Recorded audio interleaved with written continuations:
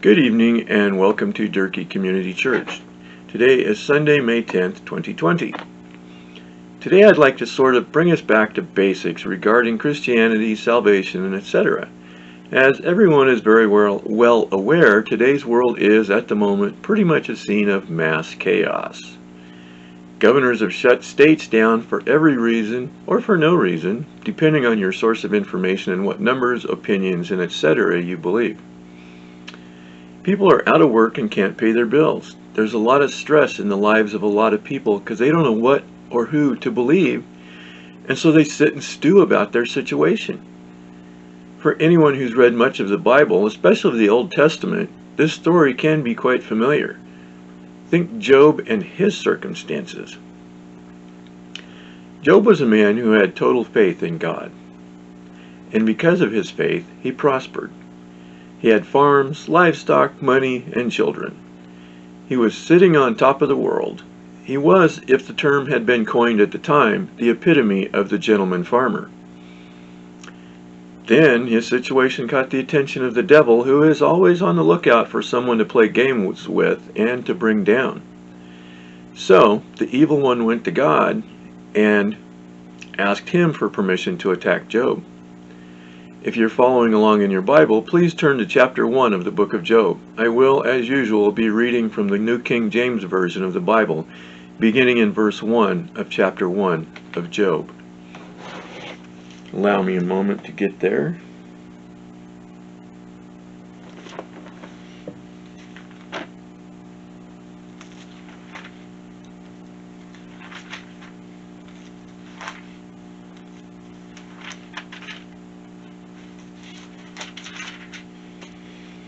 Okay, Job chapter 1.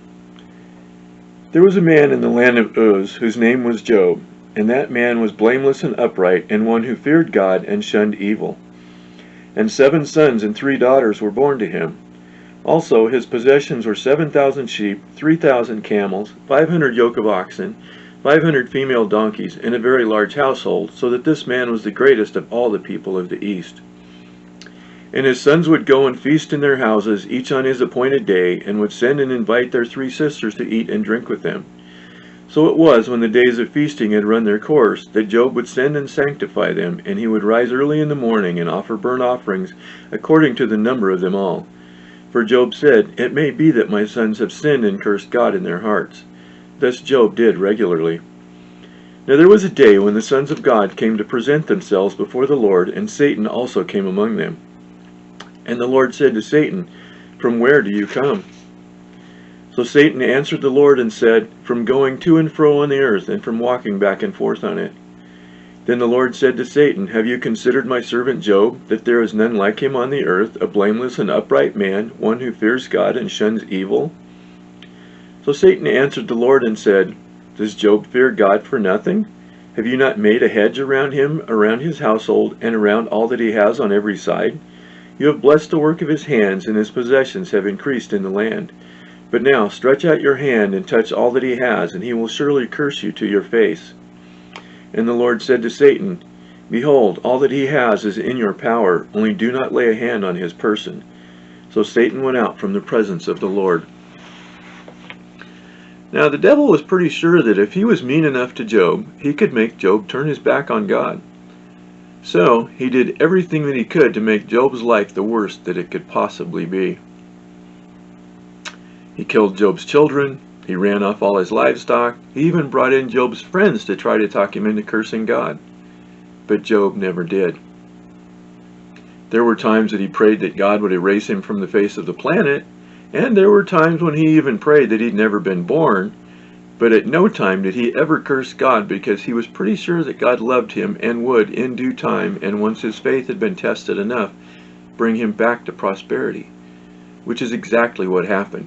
So let's turn now to the 42nd chapter of the book of Job, and I would like to begin reading in verse 12.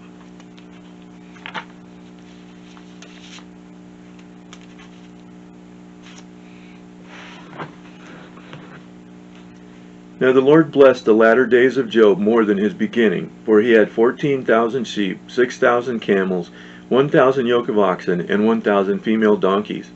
He also had 7 sons and 3 daughters, and he called the name of the first Jemimah, the name of the second Keziah, and the name of the third Karen Haput. In all the land were found no women so beautiful as the daughters of Job, and their father gave them an inheritance among their brothers. After this, Job lived 140 years and saw his children and grandchildren for 4 generations. So Job died old and full of days. Now, no one knows how his or her life is going to go from day to day. There's no such thing as a crystal ball that you can look into and see the future, no matter how much you'd like to have such a thing. I know there are times when I'd sure like to see the future, but then the question arises of what would happen if you did change the future by what you did today. Would knowing make it better or worse? Did you make a change that ruined things for someone else? In spite of the fact that you never know for sure what the day is going to bring when you get out of bed in the morning, depending on God to have a plan makes it easier to make it through your day. Proverbs 19 verse 21 says that there are many plans in a man's heart, nevertheless the Lord's counsel, that will stand. To me, this means that, yeah, you need to go ahead and make your plans, but you need to include God in your planning if you want that plan to come to fruition. I know I've found that things go better when I enlist God's help in whatever I think I need to do for the day. There is a passage in the 4th chapter of the book of James that I've always liked that says the same thing as what we just read, only a bit more directly. Please turn now to the 4th chapter of the book of James, and I would like to begin in verse 13 of that chapter.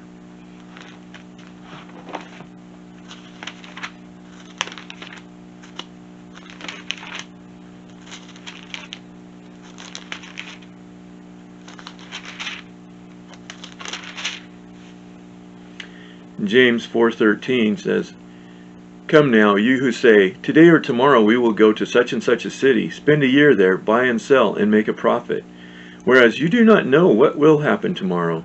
For what is your life? It is even a vapor that appears for a little time and then vanishes away.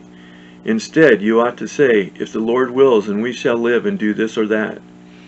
But now you boast in your arrogance. All such boasting is evil."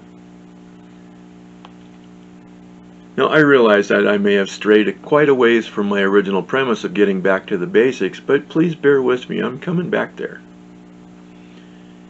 So what exactly is the basic ingredient, the symbol, if you will, of Christianity? Well, the death of Christ, of course. But it's the instrument of that death and the reason for it that hold a great deal of importance for Christians. I realize that John chapter 3 has told you for centuries that God so loved the world that he gave his only begotten Son, that whoever believes in him should not perish but have everlasting life. And this is a wonderful thing for us. Maybe not so much for the one who was given, though. Think about it. God didn't just dump Jesus off, kick him out of the car, so to speak, let him go walk about through the world for a while, and then pick him back up. Instead, he sent Jesus to earth as a human being, a man who would go through tribulations and trials of his own in the brief period that he was here. Then he caused him to be killed. And Jesus' death wasn't a simple and easy one of those at home in bed surrounded by your loved ones things like you see on TV. Instead, Jesus was put to death in one of the most gruesome, painful, and humiliating ways that it was possible to have done to you in that day and age. Crucifixion was used as a means to punish criminals. Hanging out there in public with nails through your hands and feet made a public spectacle of you. If you were crucified, everyone could be assured that you were the baddest of the bad. Look at the 2 men who were crucified with Jesus. Some of the Gospels call them robbers, another criminals. Either way, they were not very good people. One of them even told the other one that they deserved death and that Jesus didn't. But since he didn't deserve to be killed, why did it happen? What could possibly be the reason for an innocent man to be hung on a cross until he died? He died because of us, because of you, and because of me. And he died in such a gruesome fashion as a symbol for all of us to grab hold of. The cross is a stark reminder of just how much Jesus suffered in order to wash away our sins. I've spoken before of how animals were used for the propitiation of sin in ancient times, but that the washing didn't last and had to be done over and over again. What God did when He allowed Jesus to be killed was to cause Him to be the ultimate sacrifice, the Lamb without blemish, the only perfect human to ever live on earth, who would allow us to come to God ourselves instead of through an intermediary. But the cross is much more than a symbol of death and destruction. The cross is also a symbol of humility, a symbol of dedication, and a symbol of hope. So let's look at those one at a time, shall we? First, humility. I've already said that the crucifixion was considered to be one of the most humiliating means of execution known in that day and age. But what does that have to do with us? A lot, actually.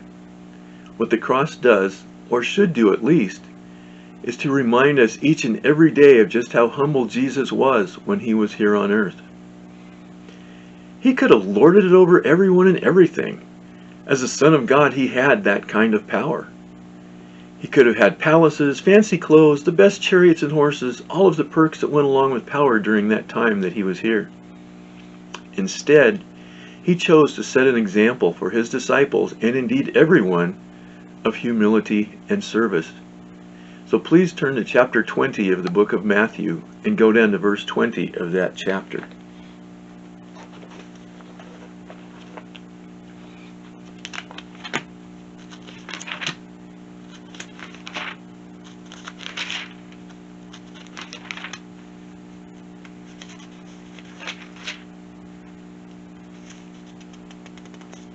And beginning in that chapter 20, or excuse me, verse 20 of chapter 20 of Matthew.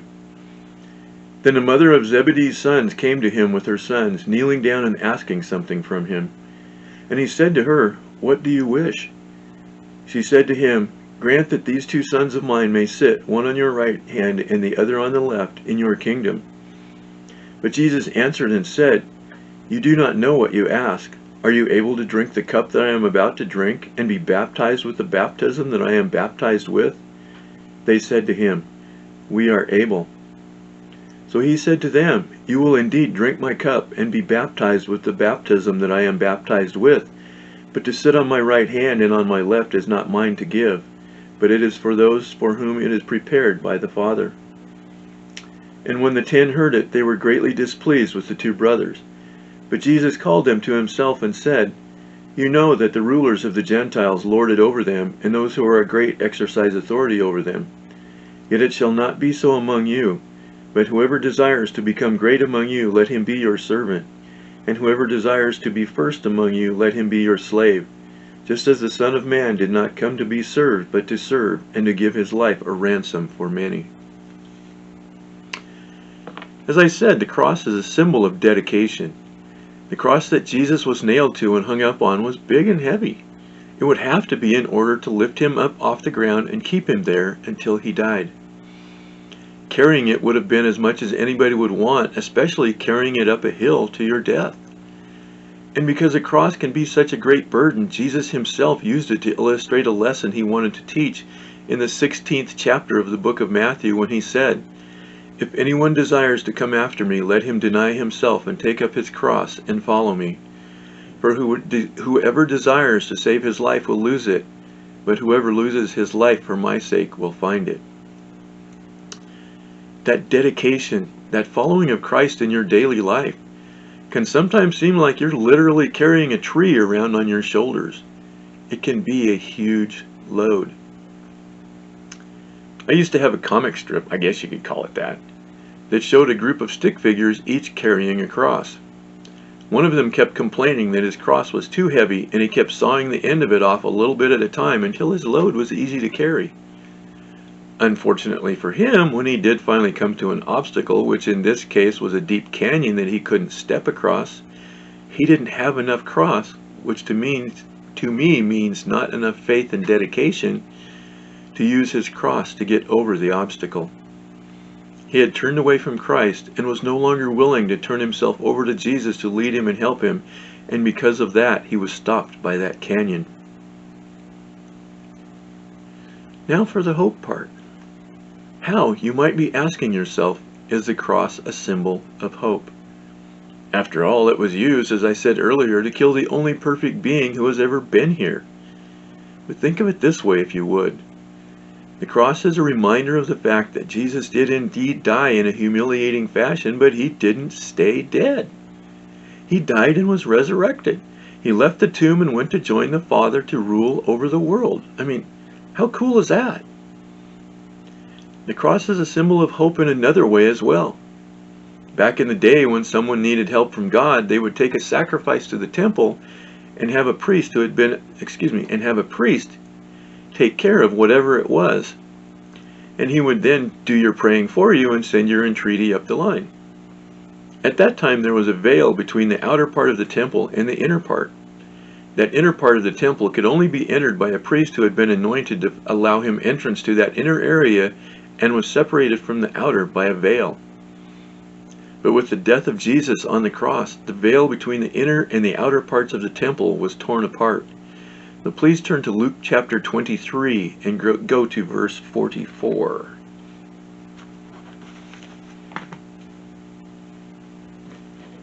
In verse 44 of Luke chapter 23 it says, "Now it was about the 6th hour, and there was darkness over all the earth until the 9th hour. Then the sun was darkened, and the veil of the temple was torn in two. And when Jesus had cried out with a loud voice, he said, 'Father, into your hands I commit my spirit.' Having said this, he breathed his last. So when the centurion saw what had happened, he glorified God, saying, 'Certainly this was a righteous man.' And the whole crowd who came together to that sight, seeing what had been done, beat their breasts and returned." So the tearing of the veil forever removed the barrier that separated God from us commoners. It allows us to come to God on our own without the intervention of any other person except Jesus, who we all know is a part of God. And because his death on the cross tore that veil and removed that barrier, to me, the cross is indeed a symbol of hope. Thank you for being here with us today, and I hope that you have a blessed week.